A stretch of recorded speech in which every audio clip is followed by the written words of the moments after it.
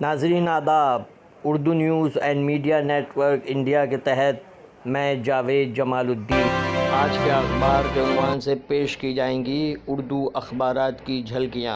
آج بروز بدھ 30 ستمبر 2020 صبح کے 9 بج چکے ہیں۔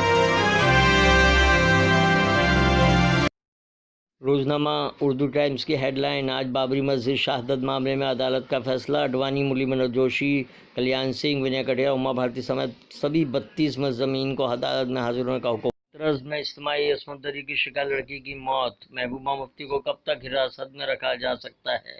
Supreme court. ممبئی میں 15 اکتوبر سے لوکل ٹرینیں شروع کی جائے گی۔ سشانت سنگھ راجپوت کو زہر دے کر نہیں مارا گیا۔ ماسک بغیر اب ٹیکسی رکشا بسوں میں نو انٹری۔ میونسپل کارپوریشن نے لگا اسٹیکر۔ میرا کنبہ میری ذمہ داری مہم سے ہی راحت ہے۔ میونسپل انتظامیہ جی ٹی بی نگر کی خطرناک عمارتوں پر جلد چلائے گی بلڈوزر۔ ممبئی میں ایم ایل اے ہاسٹل کو بم سے اڑانے کی دھمکی۔ کسانوں کا احتجاج، بھینس کے آگے بین بجاؤ جیسا۔ آج کل کا میں فاروق انصاری۔ ہوٹل نہیں، لوکل ٹرینیں پہلے شروع کرے سرکار۔ اردو ٹائمز کا اداریہ: کئی انکوائری کمیٹیاں تشکیل دینی ہوں گی۔ روزنامہ صحافت ممبئی: بابری مسجد کا مجرم کون؟ آج فیصلے کے پیش نظر یو پی میں ہائی الرٹ۔ 6 سرخی: کورونا سے دنیا میں 10 لاکھ سے زائد اموات۔ درندگی کی شکار ہاتھرس کی نربھیا کی دہلی کے اسپتال میں موت۔ تبلیغی جماعت کے 12 انڈونیشیائی شہری بعزت بری۔ 11 ریاستوں کی 56 اسمبلی سیٹوں پر ضمنی انتخابات 3 کو، نتیجے 10۔ جسٹس کوتوال کا ایڈیشنل سالیسیٹر جنرل انل سنگھ سے سوال: کیا آپ کسی ایسے شخص کو 10 سال کی سزا دیں گے جس نے کنبے کے ممبر کے لیے 5 گرام گانجا خریدا تھا؟ ورکروں کے مسائل سے حکومت کی چشم پوشی، فہیم انور اعظمی۔ یہ اڈوانی اور بابری مسجد کا فیصلہ آج۔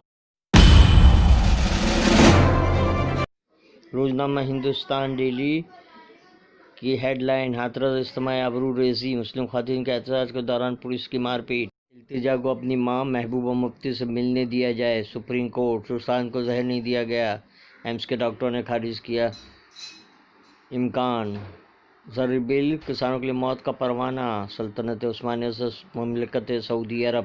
روزنامہ ہندوستان کا اداریہ: دلیپ کمار کا آبائی گھر خریدنے کے پاکستان کے فیصلے پر سائرہ بانو کا اظہار مسرت۔ کورونا بحران کے دوران بے روزگاروں کو بڑی راحت، 53,000 نوکریاں۔ ضمنی انتخاب تاریخ کا اعلان۔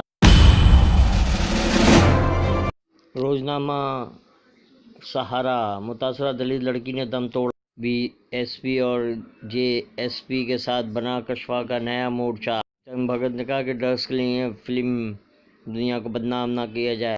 ہلاک شدگان کی تعداد 96,000۔ بابری مسجد انہدامی کارروائی، عدالت کا فیصلہ آج۔ روزنامہ ممبئی اردو نیوز: آج بابری مسجد شہادت مقدمے کا فیصلہ۔